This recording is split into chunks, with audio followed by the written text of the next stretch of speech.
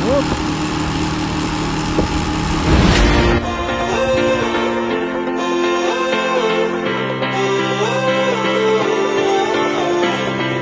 So what's up guys? Boston din nga pala wala nagpapaalala. Alright. Like a dog without a bone, an actor on a phone, riders on the storm. So, gabi na. And syempre kailangan natin magpahinga para makabiyahe pa tayo bukas. Then, so ito nga, syempre nag-check-in muna ako. 411 Travelers Inn along Maharlika Highway. So, along the highway lang siya, madaling makita. Then, kaya din ako dito nag-check-in is maganda kasi yung mga reviews na nakita ko nung naganap ako. Tour ko kayo. So ito guys, unahin ko na may unahin ko na may garahe. So, yan. Ito si Sky. So, safe yung sasakay niya rito. Bubuksan nila itong gate ng check-out niya. Tapos, tada! Kompleto naman ang amenities. Sorry guys, magulo na.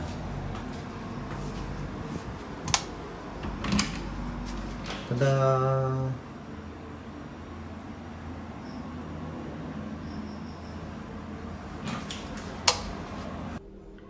So ito guys, gabi. So ito yung harapan nung 411 Travelers Inn. Tapos inikot ko lang yung camera sa kalsada. So ganun talaga, madilim. Okay, another day, another ride. So nandito lang ako ngayon. Andito lang ako sa tabing kalsada. Check out time 6:25 AM. So dito nga pala ako nagstay sa Highway 411 Travelers Inn. So okay yung quality ng room, okay din yung amenities. Hindi ko na nga lang nagamit yung pool kasi halos 12 to 13 hours din ako nasa biyahe hanggang dito. Hindi kaya naya ng isang araw nandun na sa Albay.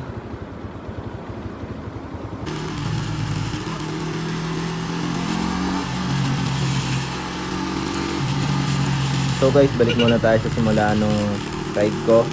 August 1, 4 AM ride out ko. At una kong niruta is yung Marilaki. Marilaki na ang dinaanan ko ngayon. Kakalampas ko lang ng beach dito. Bala ko muna tumagos ng Pililya Windmill bago bumaba ng Laguna papuntang Quezon. Then warm up ko na rin pala to. Unang full tank ko ay sa Shell Boso-Boso worth 544 pesos. Unat lang ulit ng katawan at konting kwento sa ilan na rider na nag-night ride. Then ayun, inabutan ko pa pala na pagi sa Pililya Windmill. Then syempre dinaanan ko ulit yung Atimonan Sigsag Road, then Atimonan Boulevard, then Gumaka. Medyo chill ride pa ako nun, kaya hindi naman back or paspas yung takbo ko nun. Kaya yan guys, kung makikita nyo dyan sa video ko, ino-overtaken lang ako ng ilang mga sasakyan. So pinapauna ko na sila since mas mabilis naman yung takbo nila sa akin. Pinagbibigyan ko na lang rin. Saka mahirap din kasi yung sa side mirror. Nagre-reflect yung ilaw nila dun sa side mirror ko. So ayun, tapos ito may nakasalubong ako na ayaw magbaba ng ilaw. Sobrang lakas ata ng ilaw niya, hindi niya na makita yung ilaw nung kasalubong niya kung nag-high beam ba o low beam. Siguro kung first time daraan dito sa Marilaki tapos ganito kadilim, medyo nakakakaban na nakakatakot. Sa experience ko kasi mga ilang beses na rin ako napadaan dito o dinaanan ko na rin to ng mga madilim, gabi tsaka madaling araw. Tapos eto, stopover muna ulit ako sa Manukan.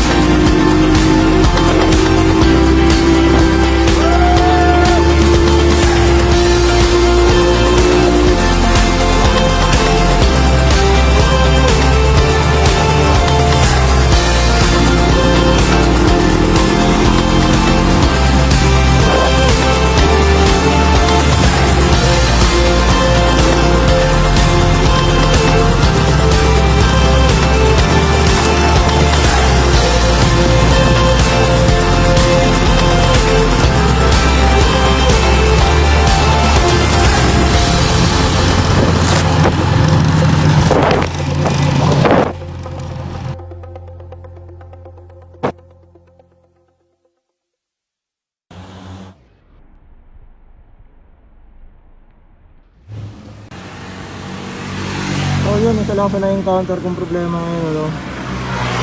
Kung mapapansin nyo, wala na dyan yung cellphone holder ko sa bracket. Nag-crack kasi sa gilid yung bracket ko. So tinanggal ko muna para wala nang kumakalinching sa biyahe. So ito ulit sa Skygo Prince 125.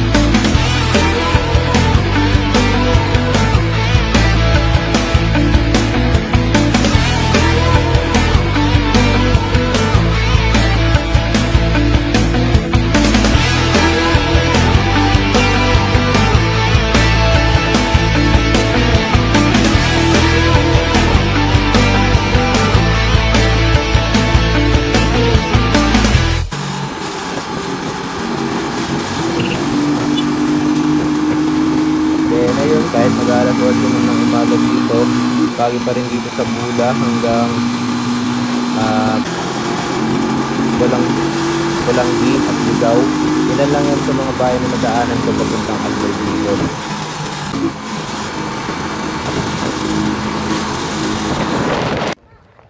Hey, what's up guys? So, shout out sa Albay Bicol.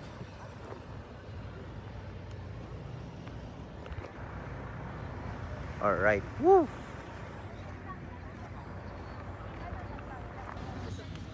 So ayun, hindi pa kita yung Mayon Volcano. Maula. Medyo nahihiya pa siya lumabas.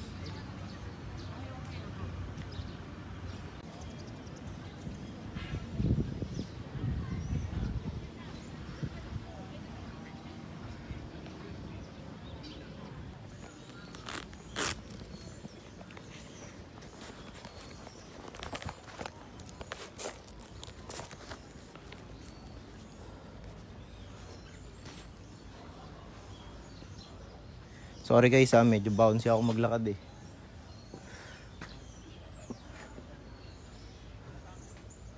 So ikot muna tayo sa paligid.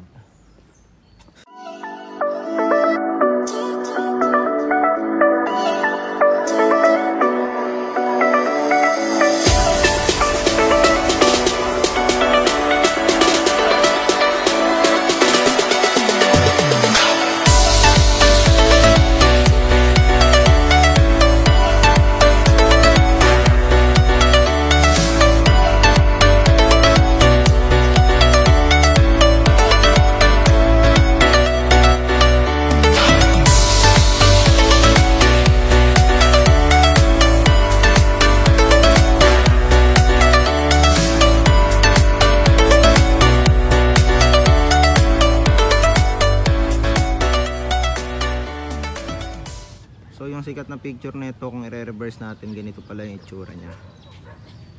So nasa likuran ko, nasa likod ng camera na to yung Mayon Volcano. So ito naman yung back look ng Cagsawa Ruins.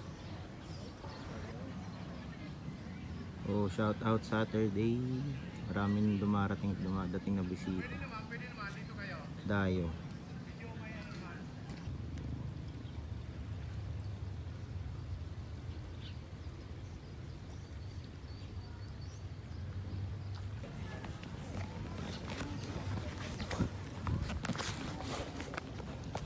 So yun, inabutan tayo ng weekend. Kaya medyo marami din yung sasakyan sa daan or kalsada papunta rito.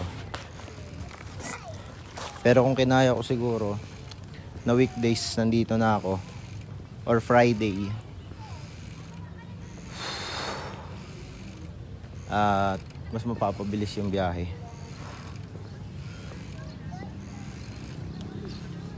Well, actually, isa sa mga nagpatagal sa akin sa biyahe. Pagka syempre hirap umovertake kasi mostly sa nadadaanan ko, two-way lang. Kung may extra lane man, tagtag, malubak, biak ng semento.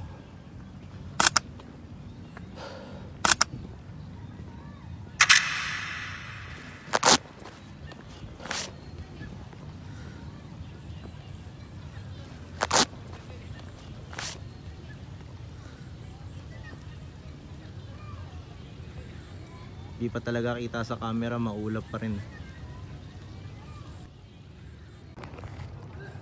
So yun, what's up guys? Boston din nga pala ulit. Nahiya si Mayon Volcano. Welcome sa Cagsawa Ruins. Alright. So yun, tapos na ako mag picture.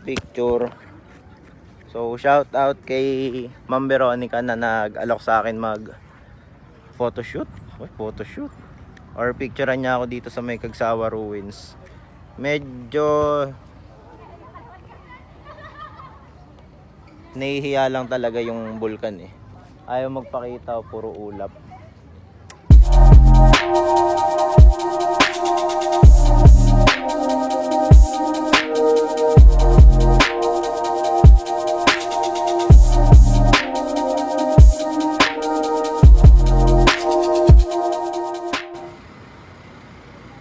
Okay, maya lang biyahe na rin do pa uwi. So wala, maulap talaga. Hindi kita sa picture tsaka sa video. Last video, last picture. Biyahe na uwi. Ride safe. Pero kung sa biyahe ang pag-uusapan, masarap naman yung biyahe, maganda mag road trip. Yun nga lang syempre kung sa Quezon Province ka dadaan, kaldagan yung daan. Tapos kahit maka-overtake ka, lagi may ilit ka sa harapan mo na truck o di kaya bus. So on and so forth, inikot ko na rin pala itong Kamalig Bypass Road. Base sa Google Maps kasi ay merong Mayon Best View itong daanan na ito for road trip. But as you can see, cloudy. Siguro dala na rin ng masamang panahon dahil may bagyo rin na papasok sa Philippine territory, sabi sa balita. Tsaka upon checking sa weather ng Google, meron na. At syempre dahil doon, nung papunta ako dito sa Adventista, kalat-kalat ng pagulan din ang dinanas ko dito sa season. So basically, tanggal ako ng kapote nito. Nga pala guys, meron pa akong ibang shots. Ito, papakita ko sa inyo.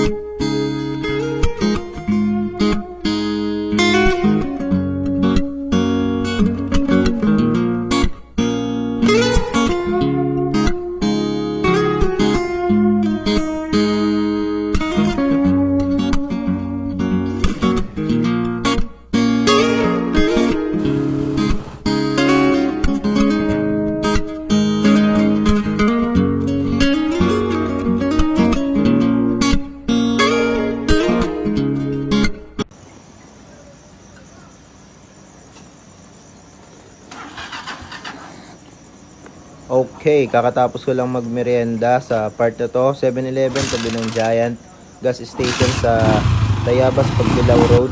Time check ko dito, alauna na madaling araw, August 3.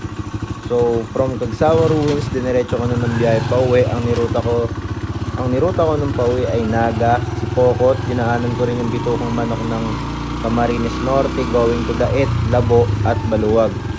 So, total kilometers ng binahe ko, 1,376. Total riding time ko, 34 hours. Kasama na din yung napakarami kong pahinga at stopover.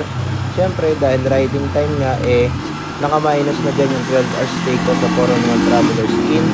Nga pala guys, yung 411 Travelers Inn, resort din pala siya. Meron pa siyang swimming pool doon na hindi ko na nga rin na nagamit o na testing.